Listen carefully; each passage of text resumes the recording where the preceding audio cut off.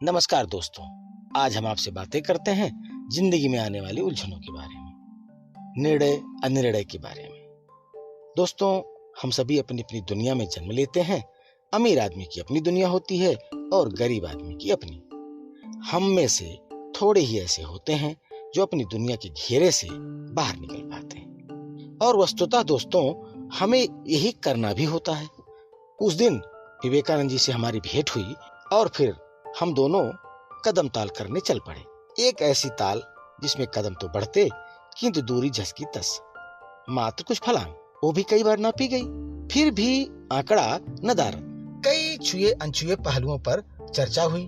कई बार जीवन दर्शन की, सामाजिकता की, नैतिकता अनैतिकता, राजनीति, भारत के भविष्य, वर्तमान परिस्थिति, उसकी अर्थव्यवस्था, विश्व के भी संदर्भ में, ऐसे ही न जाने कितने विषयों पर हम दोनों में बड़ी गर्मा गर्म बहस भी छिड़ी। एक बात थी कि आशा पर आकर हम दोनों को कुछ सुकून मिलता। कई बार हम पथिक की भूमिका में खड़े पाते, जिसके सामने कई रास्तों पर चलने के लिए गुंजाइश पनपती। फिर भी दोस्तों मुद्दा वही, ढाक के तीन पात कि बढ़े तो किधर बढ़े, किसी पगडंडी को चुने या किसी हाईवे को। विकल्प तो बहुत सारे मौजूद होते ही हैं।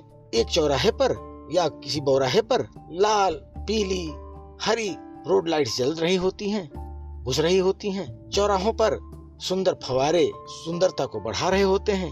राह और सड़क दोनों इतनी खुशनुमा और सुंदर होती हैं, फिर भी राही के समझ में नहीं आता कि हम किस दिशा में और कौन सी राह पकड़ लें। एक बात और दुविधा की होती है कि जिस राह पर हम चलें, यहाँ तो वो बहुत सुंदर लग रही, देखने में बहुत ही अच्छी है, फिर भी ये कह पाना बड़ा मुश्किल होता है कि पथिक जिस राह का वर्णन करने चल रहा है, जिस पथ पर आगे बढ़ने जा रहा है, वो रास्ता उसे मंजिल तक ले ही जाएगा, वो रास्ता आगे सही होगा ही। विवेकानंद जी बड़ी बारीकी से अपने विचार रख रहे थे। उन्हें कई बार राही मूर्ख दिखता तो कभी जीवन ही निरर्थक लगता। कई बार वह इन सबको अस्वीकार भी कर देते। सच है, पथिक तो वही है जो चलता है, राहों को नापता है और तब तक चलता है जब तक खुद नष्ट नहीं हो जाए, या फिर तथाकथित उसे अपनी मंजिल मिल नहीं जाती। फिर भी पथिक तो वही है जो एक मंजिल पूरी हो तो दूसरी मंजिल तैयार, और दूसरी मंजिल बनाकर उस ओर चल भी पड़ता है, तभी तो वो राही है। वस्तुतः चलना ही नियति है, इस पर हम दोनों सहमत हो जाते। दुविधा या असमंजस को अनैतिक कह देते। राह कभी पूरी नहीं होती, एक रास्ता पूरा होता है तो दूसरा शुरू हो जाता है। हाँ, कई बार ठहराव जरूर आते हैं। हम निर्णय नहीं कर पाते कि हमें किधर चलना चाहिए, हमें किधर बढ़ना चाहिए। कई बार यात्रा समाप्त समझ भी लेते हैं, जबकि वास्तव में ऐसा होता नहीं है। जो कुछ भी अनुभव होते हैं जीवन के, वह सफर में साथ होते हैं। ठहराव को विश्राम समझकर पुनः पूरी स्फूर्ति व ताकत से नई यात्रा शुरू करनी चाहिए। राही वही है, पथिक वही है जो कभी निराश नहीं हो। वैसे भी उसके निराशा का क्या अर्थ है? विश्राम स्थल मंजिल तो नहीं होते, और ऐसा भी नहीं कि आगे के सफर में कभी छांव नहीं मिलते, पड़ाव तो आते ही है। पथिक को उनका अभिवादन स्वीकार करना ही पड़ता है। जो जीवन के कटु अनुभव, अनुभूतियां, अपमान, स्नेह, आकर्षण, प्रेम, दुख, सुख उपहार स्वरूप मिलते हैं, राही को उसे सहर्ष स्वीकार करना चाहिए। वो चाहे या ना चाहे, स्वीकार करना भी पड़ता है। यही तो पथिक की हकीकत है, जिसका उसे सामना करना पड़ेगा ही।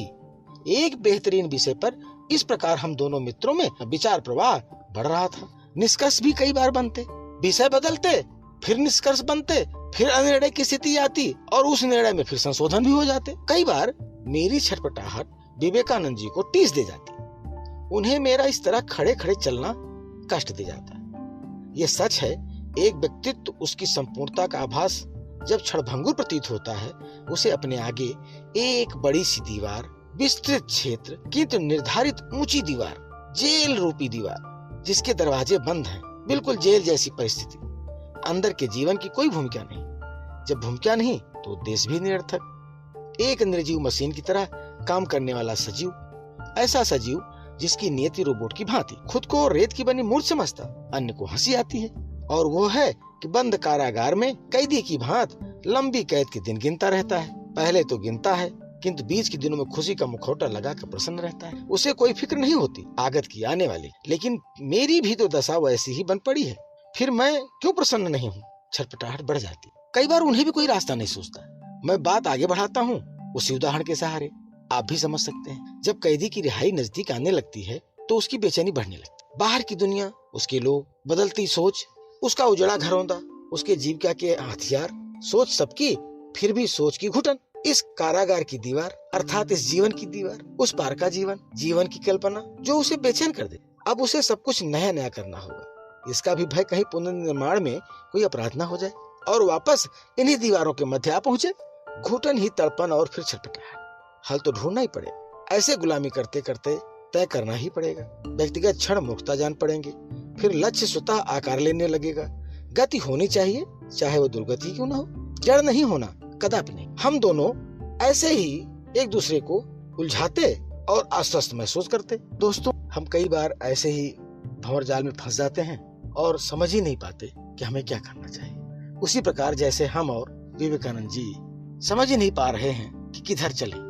ना एक विषय, ना एक उद्देश्य, ना एक राह, ना एक समय, कुछ भी निर्णय नहीं कि हम दोनों किसी एक निष्कर्ष पर पहुंच पाते। वास्तव में बड़े से बड़ा और छोटे से छोटा एक निश्चित प्रयास फलप्रद होने के लिए समय की अपेक्षा करता है।